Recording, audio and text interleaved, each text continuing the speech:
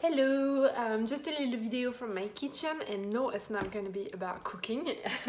I'm doing a little crash test today, which involves a lemon cut in halves, some liquid foundation that I found over here in Australia, and I'm gonna compare.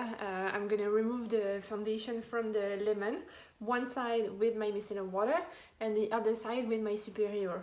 So the micellar water that I'm using, that I used to use, is a Nux one, which is a French brand. I'm gonna use a cotton pad as well, and on the other side I'm just gonna use the spray, the moisturizing spray on it, the cleanser, and of course my superior.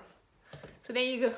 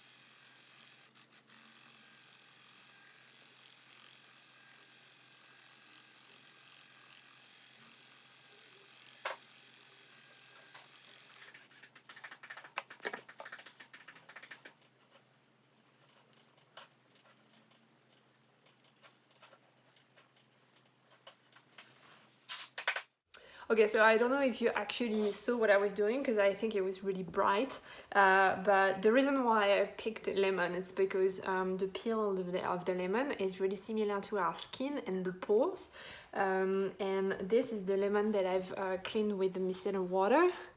So I think here you can see pretty well that there's still a lot of foundation still in the pores. So basically when you remove your makeup with micellar water, you're going to bed with your pores still full of foundation, of makeup, and that's what creates, you know, blemishes, etc. And now that's the lemon that I've cleaned with the superhero. So as you can see, it basically, it's all gone. Yeah. So think about it next time you remove your makeup. Be careful what you're using.